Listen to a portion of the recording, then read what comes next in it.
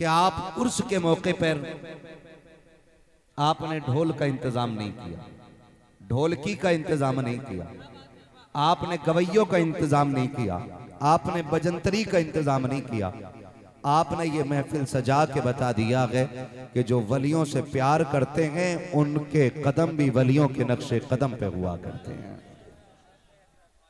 अक्सर ये देखा जाता है हमारे पश्चिमी यूपी में असद भाई, आजकल ये बिल्कुल आम बात हो गई है कि उर्स हो और कव्वाल ना आए, हो ही नहीं सकता, चाहे एक दिन बाद आएगा जरूर। हाँ, एक दिन बाद आए, मगर पश्चिमी उत्तर प्रदेश में ज्यादातर ना अपना कोई पश्चिमी लगता है तो उधर होता जरूर है भाई। कभी कभार हम भी घर में रहते हैं बहुत। अब के असद भाई इस बार ऐसा हुआ है, हमने कोशिश की है कि बाहर कम जाएं, इलाके में ज्यादा रहे। तो रमजान शरीफ से 2 महीने से पहले से ये कोशिश थी, तो इलाका देखा ना, तो जितने जलसों में जाना हुआ ना उर्स के, पता चला क्या समझदार हैं आप माशाल्लाह। का मसला यही है। हाँ, अजीब मसला कह रहा, दमादम मस्त कलंदर, जिसकी दाढ़ी मूछनी वो कह रहा अली का पहला नंबर। ये दिल करे कि इन्हें रख के ना क्या होना चाहिए, कुट्टी ना करो, फिर सुधरेगा कैसे। हाँ, तो ये अक्सर और नौजवान इसे दीन का हिस्सा समझ रहे हैं। कुछ जगहों पे तो इतनी बेगैरती कि महफिल उर्स की है, इधर कव्वाल इधर कव्वालन। जो कौम मस्जिद के नाम पे 10 रुपए निकालने तैयार नहीं होती, जो लोग मदरसे के नाम पे 20 रुपए देते हुए 20 मिनट टिक टिक बोला करते हैं, वो आगे स्टूल लगाते हैं, टेबल कुर्सियां लगाते हैं, आगे नोटों की गड्डी रखते हैं। और जब उन मंचलों की मर्जी की शायरी होती है ना, तो फिर उठ के यूं पैसे लुटाना शुरू कर देते हैं। अब लुटाते हैं पैसा तो लगाने वाले कैमरे का फोकस करते हैं और कहते हैं देखो आज पता चला मुखिया के बेटे पे कितना पैसा है, आज पता चला जमींदार के बेटे पे कितना पैसा है, आज पता चला फला के बेटे पे कितना पैसा है। मैं अर्ज करना चाहता हूँ, इस कौम को उस वक्त बिल्कुल ख्याल नहीं आता जब हराम कारियों में पैसों पे आग लगाया करते हैं। मैं पूछना चाहता हूँ, नचनियों पे पैसे लुटाने वाले, गवैयों पे पैसे उड़ाने वाले, मुझे इतना बताओ क्या हमारी सोसाइटी में बेवा औरतें नहीं रही हैं, या यतीम बच्चियां नहीं रह गई हैं? क्या हमारे मुआशरे में ऐसे बच्चे नहीं हैं कि जिनको एक वक्त का खाना मैसर नहीं होता है? आज भी सोसाइटी का जायजा आपने, कितनी बेटियों के इसलिए बालों में सफेदी आ गई कि बाप उनके वक्त पे हाथ पीले ना कर सका, और बाप इसलिए हाथ पीले ना कर सका कि दामाद खरीदने की ताकत नहीं थी, 10-5 लाख देने की हैसियत न थी, पेट भर के खाना खिलाने की बाप में ताकत न थी, इसलिए बेटियों के हाथ वक्त पे पीले न कर सका। हाथ जोड़ के कहना चाहता हूँ, अगर रब ने दौलत से नवाजा के तो हराम में ना लगाइए, अय्याशियों में ना लगाइए, बदमाशियों में ना लगाइए। अगर रब ने दौलत दी है, आंखें बंद कर मुट्ठी में पैसा डाल, किसी बेवा की गोद में डाल दे, किसी यतीम के सर का सहारा बन जा, किसी गरीब का आसरा बन जा, और मुट्ठी बंद करके किसी गरीब की मदद कर दे। मैं ये नहीं जानता कि दुनिया क्या कहेगी, लेकिन इतना जानता हूँ, इधर गरीब मुस्कुराएगा, उधर गुंबद खजरा में मेरा नबी मुस्कुराने लगेगा। नारे तकबीर, नारे रिसालत, नारे रिसालत, मसलके आला हजरत, मसलके आला हजरत, उलमाए अहले सुन्नत और से मुक़द्दस मुफ्ती हम्माद रजा मुरादाबादी। नारे तकबीर, नारे रिसालत। माशाअल्लाह माशाअल्लाह। कहाँ खड़े आकर के, हमें हो क्या गया? आज बेटियों का क्या हाल है पूछे? हमारी बेटियों को राह चलते छेड़ा जा रहा है। होश है हमें? हमारी बेटियों का बाहर निकलना मुश्किल हो गया। होश है हमें? हमें बस एक ही नशा चढ़ा है कि बस मेरा नाम कैसे हो जाए। कितने जमीन के अंदर चले गए और अपना नाम बड़ा ना कर सके। बड़ा नाम सिर्फ अल्लाह का है। अल्लाहु अकबर। किसका है? अल्लाह का। सारे बोले किसका है? अल्लाह। सिर्फ अल्लाह का है। और बड़ाई सिर्फ उसी की जात को ज़ेबा देती है। हमारी औकात क्या है, हैसियत क्या है पढ़ो आला हजरत को। वो तो ये कहते हैं मुजरिम को न शर्माओ, अब आप कफन ढक दो, मुंह देख के क्या होगा, पर्दे में पर्दे भलाई में भलाई है। बेशक सुभान अल्लाह सुभान। आज हर बंदा बड़ी करने में लगा जी, मैं मेरी बात बड़ी हो जाए, बड़ी के चक्कर में न पड़ हुए नामवर बेनिशां कैसे कैसे, जमी खा गई आसमां कैसे कैसे कैसे। कैसे आज बड़े बड़े कब्रों में लेटे, किसकी बड़ी न हुई, किसका नाम बड़ा हुआ, किसकी शोहरतें बढ़ गई, कुछ नहीं यार, कुछ नहीं। अल्लाह ने पैसा दिया ना, हम कमा रहे हैं। सुनो मेरी बात सुनो, कभी जमीन पर रह के सोचा करो, जमीन पर रह के सोचा करो।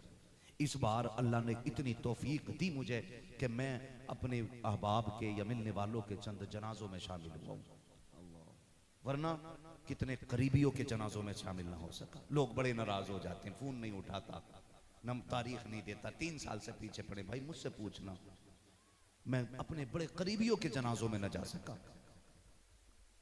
लेकिन इस बार कुछ जनाजे मिले, मैंने दुनिया को करीब से देखा। मैं कहना चाहूंगा सुनो, अगर तुम चाहते हो ना रब रसूल के करीब हो जाओ, तो यतीम गरीब मिस्कीनों के करीब हो जाओ।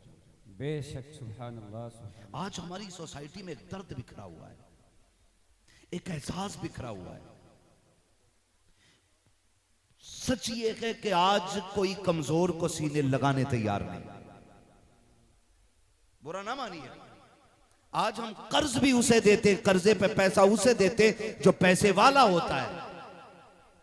गरीब को तो कोई उधार देने भी तैयार नहीं। अल्लाह सही है हजरत, हक है हजरत, हक है।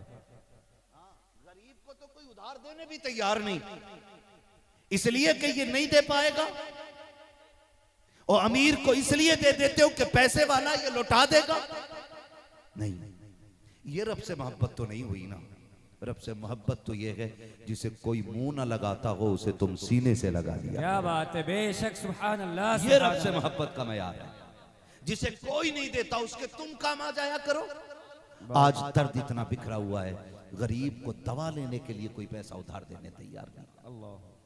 और हमारी दीवार का पेंट मैला नहीं हो सकता है, अभी ये कोड उतरा नहीं, हम दूसरा चढ़ा देते ताकि बिल्डिंगों की चमक में कमी ना आए। और भाई बिल्डिंग चमकाने से कुछ नहीं होने वाला है, अगर चमकाने तो दिल चमकाओ। जब ये चमकते हैं ना तो फिर अंदर बाहर सारा रोशन हो जाता है। और जब ये काले होते तो बिल्डिंगें जितनी चाहो सफेद बना लो, इसकी सियाही यहां दिखाई देने लग जाती है। गलत नहीं कह रहा हूं। 60 साल से नमाजें पढ़ रहे हैं, 70 साल से सजदे कर रहा है, लेकिन चेहरे पे लानत बरसती है। मस्जिद नहीं जाता, 5 टाइम पढ़ता हूं। क्यों नहीं चमके दिल? क्योंकि ये मस्जिद में जाता तो जरूर है, ये मुंह धो के जाया करता है, कभी दिल धो के नहीं जाया। क्या बात है, हक है। असल चीज इसका धोना है, असल चीज इसका धोना है। हम इतने दिखावे में आगे भाई, कुछ तो ऐसे काम करने जो अल्लाह रसूल के लिए होने चाहिए। बेशक कुछ ऐसे काम हमारे हों जो सिर्फ अल्लाह रसूल के लिए हो। है अभी हॉस्पिटल में कुछ नेता लोग पहुंचे, अल्लाह माफ करे, सबसे घटिया डिपार्टमेंट अगर कोई दुनिया में है तो वो नेताओं का डिपार्टमेंट है। क्या बात है। जेब कतरों से ज्यादा घटिया है डिपार्टमेंट, चोरों से ज्यादा घटिया। मैंने देखा हॉस्पिटल में 4-5 नेता एक मरीज को 5 लोग मिलकर एक केला दे रहे हैं। अल्लाह। केला कितना बड़ा होता है? बोलो कितना बड़ा केला होता है आपके यहाँ? इतना ही बड़ा होता। मैं सोच रहा था ये 6 लोग हाथ कहां लगाएंगे। अल्लाह, हकीकत है सर। क्यों भाई? 6 लोग खड़े हो, सेल्फी ले रहे हैं, और जिसको एक केला दे रहे हैं उस पे वजन इतना आ गया कि उसकी गर्दन यूं है।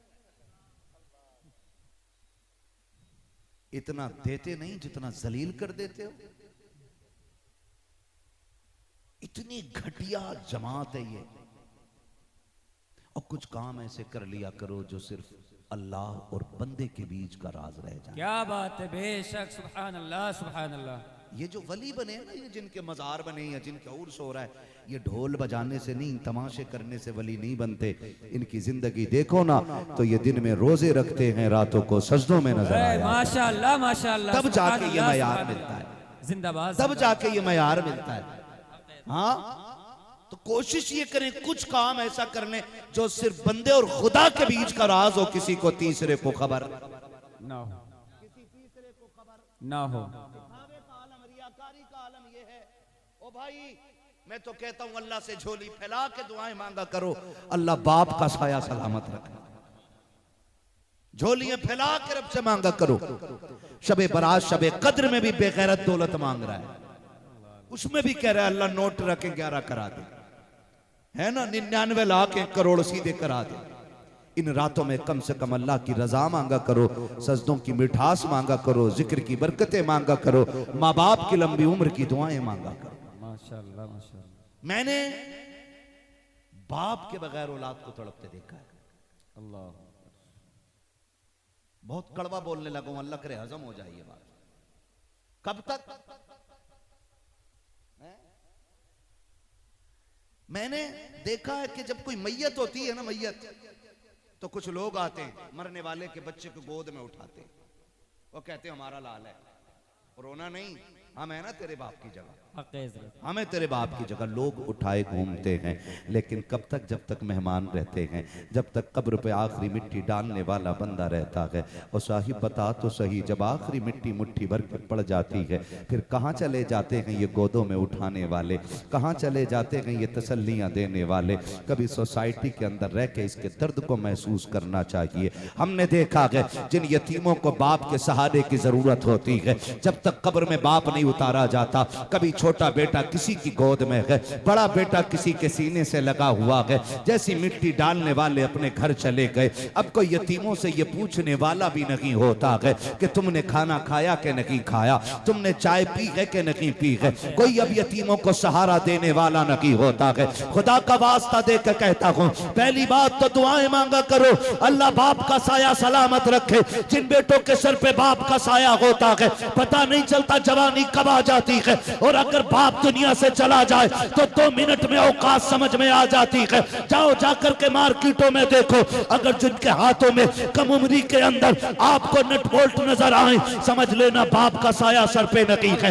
हाथ बचपन में काले हो जाएं, समझ लेना बाप का साया सर पर नहीं है। जिन उम्रों में किताबें होनी चाहिए, अगर उम्रों के अंदर बच्चों के हाथ में बर्तन धुलने के लिए दे दिए जाएं, तो समझ लो बाप का साया नहीं है। अगर होटल के अंदर कोई छोटा बच्चा आपकी मेज पे कपड़ा मार रखा है, तो समझ जाना इसके सर पे बाप का साया नहीं है।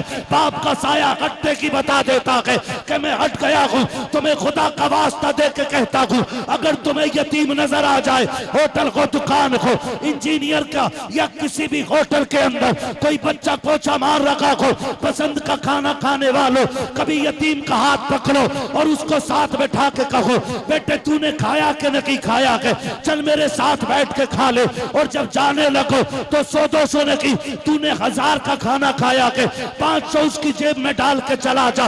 तू नहीं जानता है जिसे तू छोटू छोटू कह रखा है, ये अपने घर का सबसे बड़ा बन गया है। सारी जिम्मेदारी सर पे आ गई है। ये होटल से जाएगा तब घर का आटा आएगा, ये होटल से जाएगा तब माँ की दवा आएगी, ये होटल से जाएगा तब घर का चिराग जलेगा। कभी उसकी जेब के अंदर 500 रुपए डाल के बेटा कह के सर पे हाथ रख दिया करो। सुनो तो सकी, जब ये घर जाएगा माँ को 500 रुपए देगा, माँ कहेगी बेटे तेरी तो कमाई 50 रुपए थी, ये 500 कहां से आ गए? ये माँ के चेहरे को देख के कहेगा, अम्मा आज होटल के अंदर एक शख्स आया था, वो बाप तो ना था लेकिन लहजे में बाप की शफकत थी, वो बाप तो ना था लेकिन बातों में बाप जैसी मिठास थी। उसने बेटा कह के 500 रुपए मेरी जेब में डाल दिए थे। खुदा की कसम खा के कहता हूँ, जैसे कि ये माँ से इतना कहेगा, बेवा की झोली फैल जाएगी। अगर उसने इतना कह दिया, अल्लाह जिसने मेरे बेटे को सहारा दिया है उसे अपनी रहमत का सहारा दे दे। मेरा ईमान कहता है नस्लें मिट जाएंगी लेकिन खुदा की रहमतों का सहारा कभी खत्म नहीं हो सकता। नारे तकबीर, नारे रिसालत, मसलके आला हजरत, उलमाए अहले सुन्नत, इस्लाहे मुआशरा, नारे तकबीर, नारे रिसालत, जिंदाबाद जिंदाबाद। माशाअल्लाह कोशिश करो, हम दर्द बांटेंगे इंशाअल्लाह, बांटेंगे इंशाअल्लाह। हम दर्द बांट लें, ये सबसे बड़ा काम हो जाएगा। किसी के गम में शरीक हो जाएं। सुनो, जिसे कोई मुंह ना लगाया करे तुम उसके पास बैठ जाया करो। हाँ, एक रिवायत सुने, तवज्जो है जी। मेरा नबी अपनी प्यारी शरीक हयात, कौन? सच्चे बाप की सच्ची बेटी, पारसा बाप की पारसा बेटी, जन्नती बाप की जन्नती बेटी, क्या बात है, बेशक। सिद्दीक बाप की सिद्दीका बेटी, हजरत आयशा सिद्दीका रज़ी अल्लाह ताला अन्हा से मेरे नबी ने फरमाया, आयशा सुने, बहुत गौर से सुनना, ये बात आपने कई बार सुनी होगी लेकिन मैं कुछ और बताना चाहता हूं। आयशा जी या रसूल अल्लाह का, आज हम बहुत खुश हैं, आज जो चाहो मांग लो, आज जो चाहो मांग लो। फिर बीवी भी हजरत आयशा सिद्दीका जैसी कहती, महबूब जिसके हिस्से में आप आ गए उसे और क्या चाहिए। क्या बात है, बेशक। आप मिल गए तो फिर मुझे और क्या चाहिए, सब कुछ खुदा से मांग लिया, तुझको मांग कर उठते नहीं है हाथ मेरे इस दुआ के बाद। वाह, बेशक, बहुत हुजूर आप लाजवाब हज़रत, माशाअल्लाह माशाअल्लाह। हुजूर आप मिल सुभान गए, अल्लाह, सुभान अब अल्लाह। क्या मांगना है? फरमाया नहीं मांगो। तो फिर सिद्दीक की बेटी है, अर्ज करती है, सरकार इजाजत हो तो अपने वालिद से मशवरा न कर लो। मेरे नबी का दरियाए करम जोश में फरमाया, जाओ चली जाओ। दौड़ी दौड़ी आ गई, अब्बा आज हुजूर ने पूछा है आयशा जो मांगना चाहो मांग लो। अब्बा क्या मांगू, मेरे पास हुजूर हैं तो सब कुछ है। तो उम्मुल मोमिनीन आयशा सिद्दीका से हजरत अबू बकर सिद्दीक कहते हैं, बेटी सुनो, मौका अच्छा है, हुजूर से अर्ज करना, सरकार आप मेराज में गए थे, अल्लाह ने आपसे राज की बातें की थी, उन बातों में से कोई एक बात बता दीजिए। बोलो सुभान अल्लाह, है ना, जो जाग रहे हैं वो बोलें सुभान अल्लाह। इतनी जोर से ना बोलना कि सोने वाले उठ जाएं। हाँ ना, सुभान अल्लाह। मैं तो इसलिए भी नहीं उठाना चाहता कि ये हुजूर की महफिल है, जलसा, इसमें जब आदमी बैठता है और सो जाता और ख्वाब आ जाए ना, तो फिर ख्वाब में हुजूर ही आया करते हैं। क्या बात है, क्या बात। इसलिए मैं कह ही नहीं रहा जो सो रहा है उसे उठा दो, मैं कह रहा हूं जो सो रहा है उसे सो नहीं दो। अल्लाह करे उसके ख्वाब में हुजूर आ जाएं, है ना, सारे ही चादर तान के मैं सो जाना अब है। तवज्जो है ना सारे लोगों की। जाओ आयशा, हुजूर से पूछो आप मेराज में गए, अल्लाह ने आपसे राज की बातें की, एक बात बता दो, सिर्फ एक बात। आ गई, आने लगी तो हजरत अबू बकर सिद्दीक ने फरमाया, सुनो हुजूर जो बता दे मुझे भी आके बताना, इंतजार में खड़ा हूं।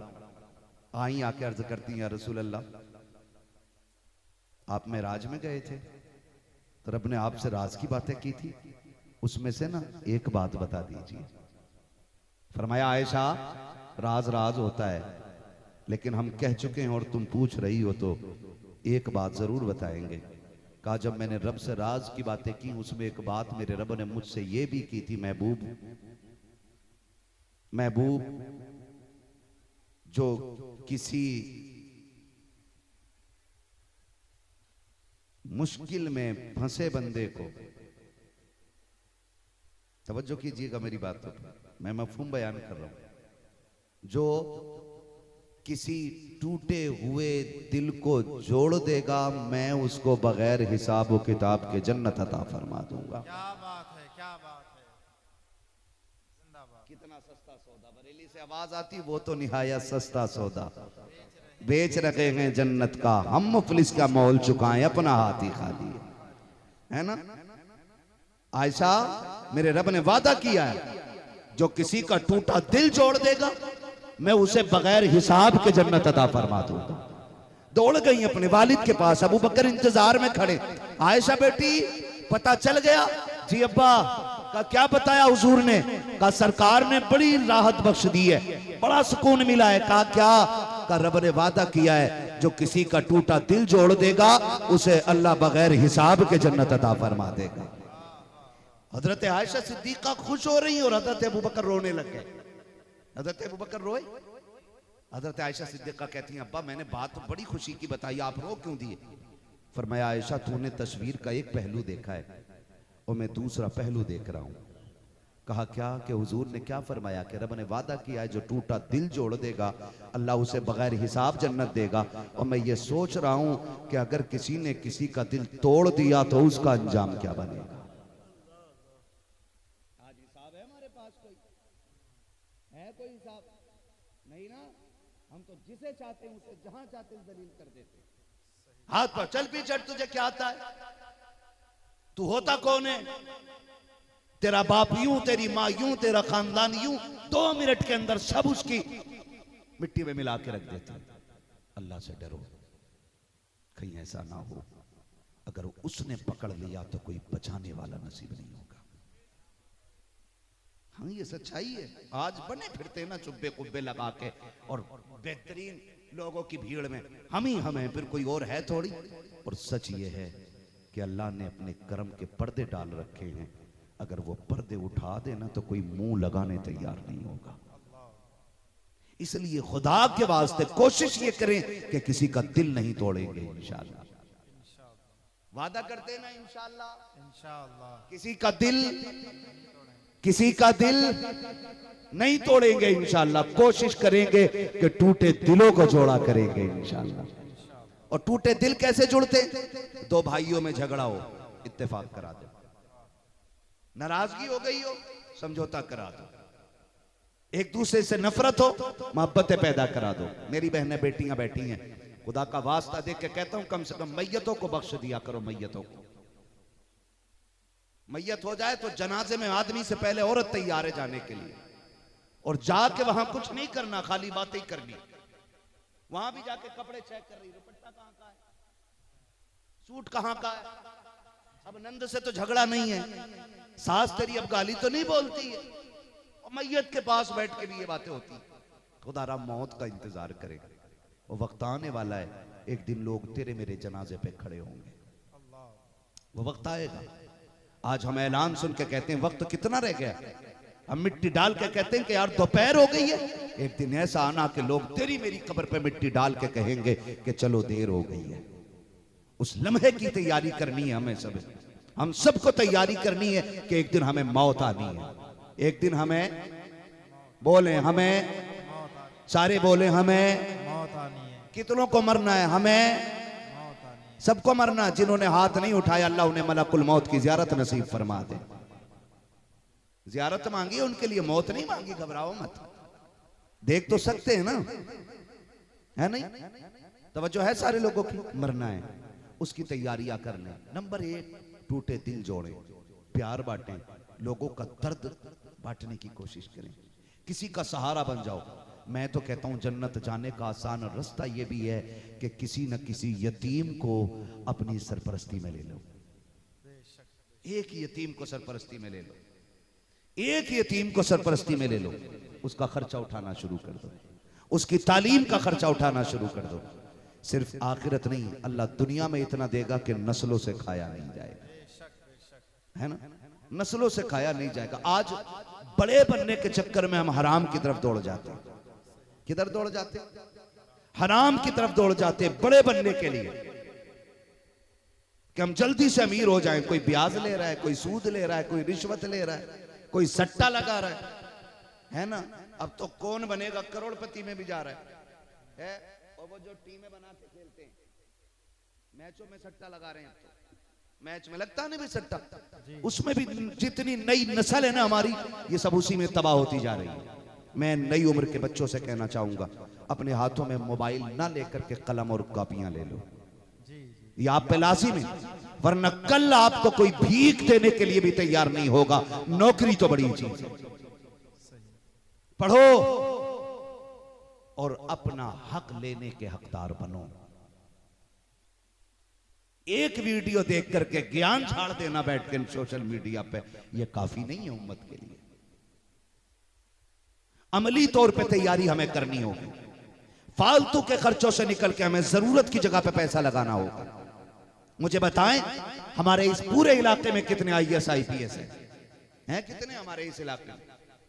बोलो, है भाई? नहीं है ना इस इलाके में अपने IAS IPS? नहीं है। क्यों? क्योंकि हमारा एजुकेशन का जो लेवल है ना, ये बहुत नीचे हो गया। और एक मजार ऐसा दिखा दो जो 50 साल पुराना हो और उस पर टाइल्स ना लगी है, सही बात है, गुंबद ना बनाओ, बुरा ना मानिएगा। बिल्कुल बिल्कुल। मैं बरेलवी हूं हक है। और मैं आला हजरत की फिक्र को आगे बढ़ाने की बात कर रहा हूं, अंधभक्तों वाली सोच पे चलने वाला नहीं। वाह वाह। मेरा अपना नजरिया यह है कि उन्हें जाना, उन्हें माना, न रखा गैर से काम, लिल्लाहिल हम्द में दुनिया से मुसलमान गए। बेशक बेशक। एक मजार ऐसा नहीं मिलेगा 100 साल पुराना आज जिस पे गुंबद ना हो, जिस पे टैल्स ना हो।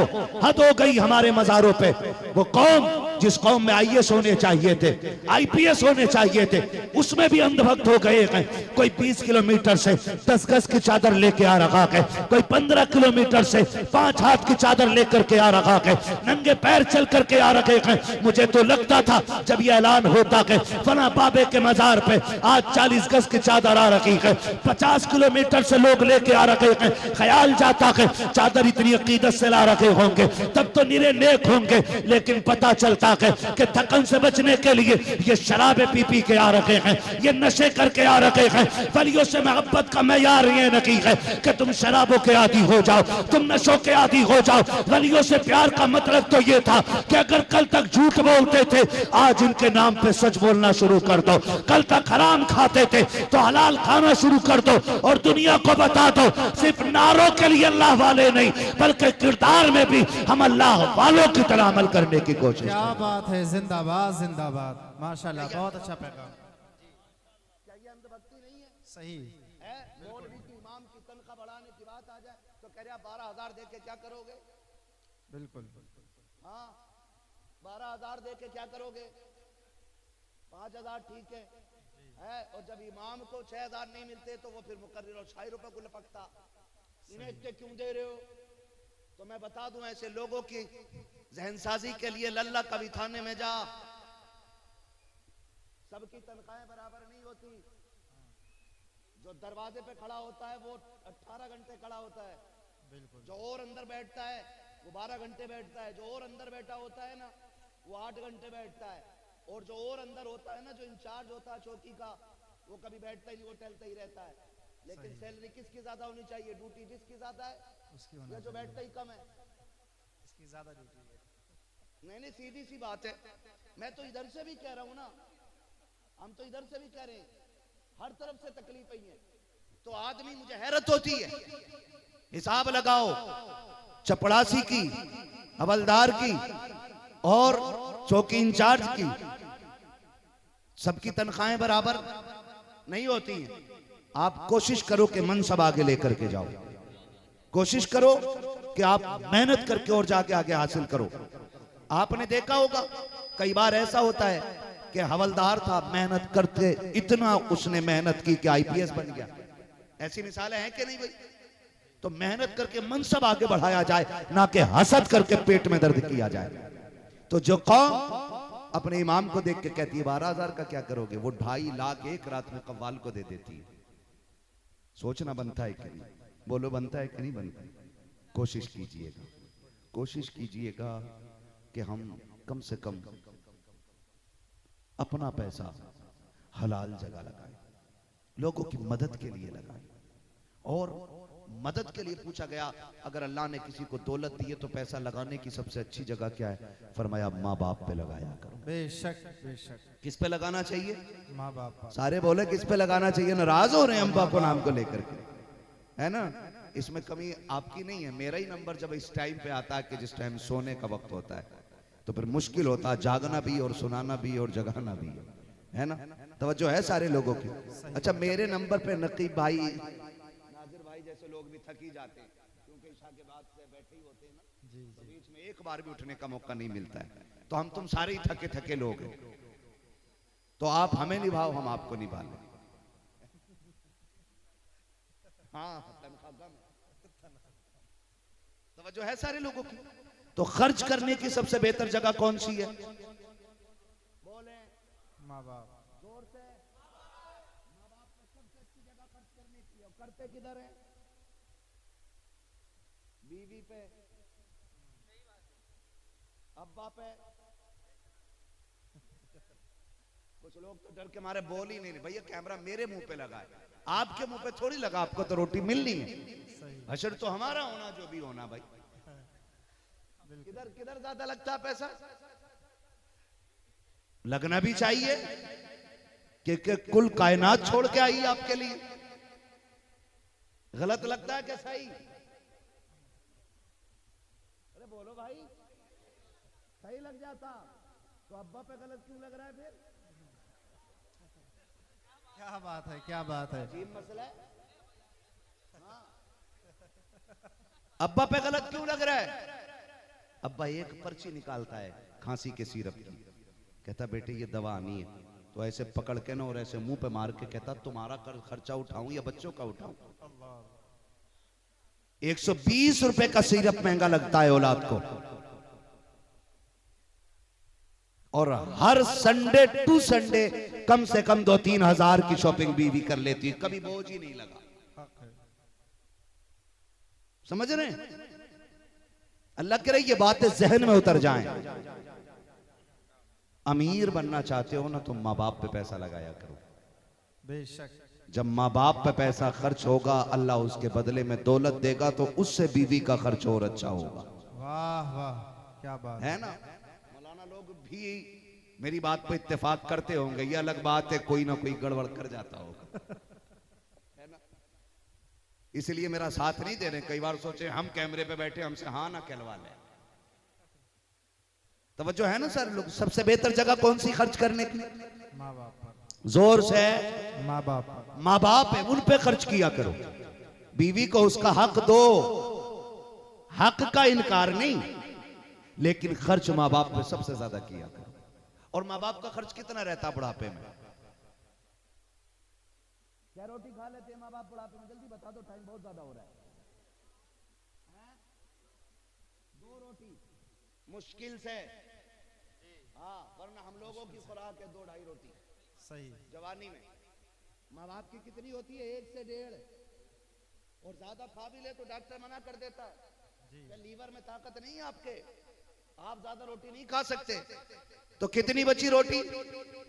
जोर से जो अब्बा वाले वही बोले। कितनी? कुछ बगैर अब्बा के भी बैठे यहां पे, बात समझ भी लिया करो अल्लाह के बंदो। कितनी बची? 1 रोटी बची है खुराक में, और वो भी महंगी पड़ जाती है औलाद को। सुनो, मानता हूं आपकी औलाद है, सच बताऊं, अपनी बात बताऊं, हम अपने बाप से कितनी मोहब्बत करते या कितनी उनकी इज्जत करते, ये बात अलग है। लेकिन सच ये है कि हमने बाप के दर्द को तब जाना है जब हम साहिब औलाद हुए। सही बात है। ऐसे ही है ना भाई? हम लोग बिल्कुल। जब हमारी औलाद हमारी उंगली पकड़ के चलने लगी ना, तब हमें पता चला कि बाप का औलाद से रिश्ता क्या होता है। जब घर में आते वक्त सबसे पहले बेटा याद आता है ना, तो दिल कहता अगर तुझे ये इतना प्यारा है तो अपने माँ बाप को तू कितना प्यारा रखा होगा। तब एहसास होता है कि माँ बाप कितनी बड़ी दौलत है। और आज एक बेटा एक 160 रुपए के सिरप को देख के कहता है कि तुम्हारे खर्चे उठाऊं या अपनी औलाद का खर्चा उठाऊं। जब ये जवाब बाप को सुनाई देता है, आज लोग बात करते हैं फलां का बाप इंतकाल कर गया, क्या हो गया? कि हार्ट अटैक हो गया। हार्ट अटैक कैसे हुआ? कि पता नहीं चल सका, चिकना बहुत खाता होगा, किसी ने कहा तेल खाता होगा, किसी ने कहा गोश्त ज्यादा खाता होगा। नहीं नादान, ये बाप की धड़कनें तो आज रुकी है, ये मर तो उसी दिन गया था जिस दिन बेटे ने इसके मुंह पे दवा का पर्चा फेंका था। मर तो ये उसी दिन गया था जिस दिन बेटे ने कहा था तुम्हारी रोटियां बोझ बन गई हैं। बाप तो उसी दिन मर गया था जिस दिन बेटे को एक रोटी भारी लग गई थी। खुदा का वास्ता दे के कहता हूं, अपने बाप के लिए अपने चूल्हे की पहली रोटी बाप के हवाले कर दिया करो। खुदा की कसम, बाप की ताकत डॉक्टर के सिरप से नहीं, इंजेक्शन से नहीं, उसकी दी हुई दवा से नहीं। अगर बेटा बाप को प्यार से देख लेता है तो जितनी ताकत बाप को बेटे की नजर से मिल जाती है वो डॉक्टर के हुनर से नहीं मिला करती। क्या बात है, वाह वाह, जिंदाबाद जिंदाबाद, माशाल्लाह, बहुत अच्छा पैगाम, माशाल्लाह, बहुत वक्त दिया कर, माँ बाप को वक्त दिया कर। ये लोबान किसने सुलगा दिया? तवज्जो है ना? सारे लोग करेंगे इंशाल्लाह। सच्ची बात, बहुत गौर से सुनिए, कोशिश कीजिएगा कभी माँ बाप का दिल ना दुखे, कभी जोर से कभी माँ बाप का दिल ना दुखे। अगर ये रूठ गए ना तो काबे में जाके मर जाना। अल्लाह उस वक्त तक जन्नत नहीं देगा जब तक इनसे हिसाब बराबर नहीं करा लेगा। सुन लिए बात, आ गई समझ में? और एक रिवायत बताऊं, अल्लाह करे ज़हन में उतर जाए, कयामत कितने लोगों को जन्नत में जाना था, हाथ उठा के बताते। सुभान अल्लाह, जितने लोगों ने हाथ उठाए अल्लाह सबको साहिबे मजार के सदके में जन्नती बना दे। आमीन। अल्लाह मस्तान बाबा के सदके में अल्लाह सबको जन्नत अता कर। आमीन। बोलो आमीन। आमीन। हाँ जी, सारे ही जन्नत में जाना चाहते और रहनी भी चाहिए तमन्ना, है ना? और ये दुआएं मांगा करो अल्लाह से, अल्लाह मुझे जन्नती बना दे। धोखे में ना रहना कि अपने बाप के नाम में लिखी हुई जन्नत है। बड़ा लठ चलेगा अगर इतना सा भी कसर रह गई ना, कोई बचाने वाला नसीब नहीं होगा आसानी से। थोड़ा सा हिसाब करें, डरें अल्लाह से, खौफ रखें, दुआएं मांगते रहें। गुनाहगार में भी आप भी हैं, कोई दूध का धुला नहीं, लेकिन हुजूर ने फरमाया शफाअत ही लिया अहलिल कबाइर मिन उम्मती, उम्मती परेशान ना हो, तुझसे गुनाह हो गए तो सुन मेरा ऐलान सुन, मेरी शफाअत मेरी उम्मत के बड़े बड़े गुनाहगारों के लिए। क्या बात है, वाह। अरे भैया हैं?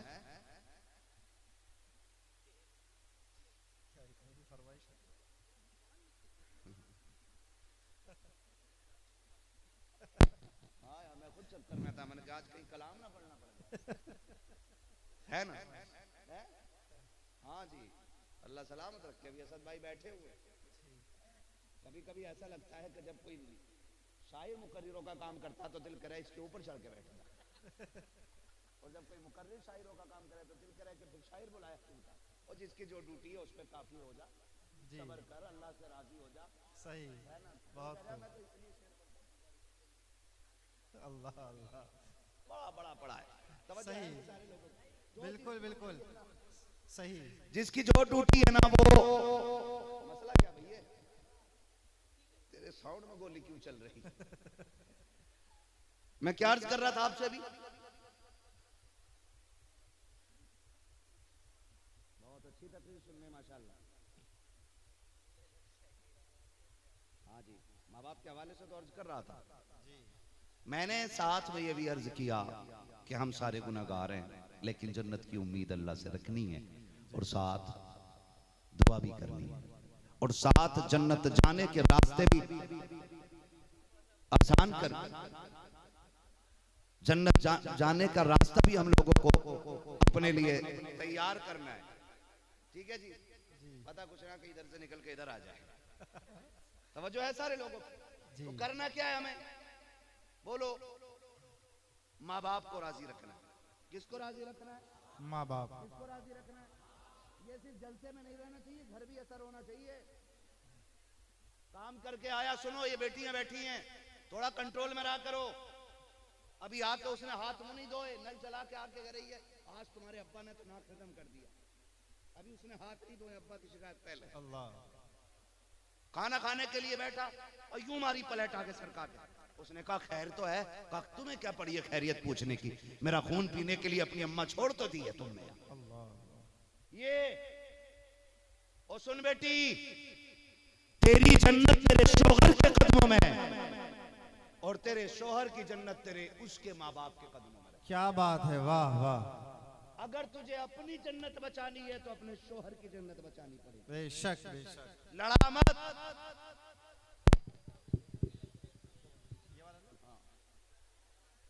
लड़ाइए मत, मोहब्बतें बांटिए, प्यार बांटिए, और शोहर को माँ बाप के खिलाफ खड़ा मत कीजिए। और मैं उन बीवी के गुलाम शोहरों से कहना चाहूंगा कि जो बीवी की एक धमकी में माँ बाप को छोड़ देते हैं, अगर ये फैसला करना पड़ जाए कि इंतखाब किसका करना है, तो औलाद में ठुकरानी पड़ जाए तो छोड़ देना, लेकिन माँ बाप को मत छोड़ देना।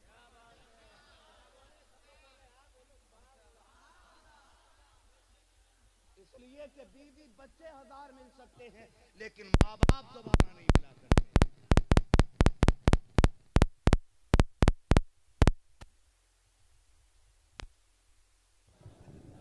नहीं वो उस पार हुआ ना, उसकी वजह से, वो उसकी वजह से वहाँ धुआं निकला। खैरियत है? हेलो ये नहीं करेगा, हम पकड़े ना। समझ रहे मेरी बात? मेरे ही हाथ में ठीक है ये देख लीजिए। अपने माँ बाप के साथ रहे। बेटियों से मेरी गुजारिश है, जो बेटियां अपने बाप के घर 8 लोगों का खाना बना लेती हैं, ससुराल आते उन्हें 3 लोगों का खाना भारी लगता है। अपने घर में बेटी तू 8 लोगों का खाना बना सकती है और ससुराल में 3 का खाना भारी लग रहा है। अपने शोहर से कह रही है, नहीं जी मुझसे तुम्हारे अब्बा के हिस्से की रोटी नहीं बनने वाली, तुम्हारी माँ के हिस्से की रोटी नहीं बनने वाली। और मेरी बेटी, अगर तुझे अपने माँ बाप प्यारे हैं तो शोहर को अपने माँ बाप प्यारे क्यों नहीं हो सकते? इतनी सी बात जहन में डालनी है, इतनी सी। माँ बाप वहां छोड़ के आई है, अल्लाह से दुआ कर, अल्लाह इस आंगन में तुझे माँ बाप अता कर दे। उस आंगन में बहनें छोड़ के आई है, अल्लाह से दुआएं मांग, अल्लाह तुझे इस आंगन में बहनें अता कर दे। वहां भाई छोड़ के आई है, ये भी दुआ कर, अल्लाह तुझे इस आंगन में भाई अता कर दे। इस नजर के साथ यहाँ आके बैठ, अल्लाह की इज्जत की कसम खा के कहता हूँ, तुम दीन को अपना लो, मोहब्बत तुम्हें सीने से लगा।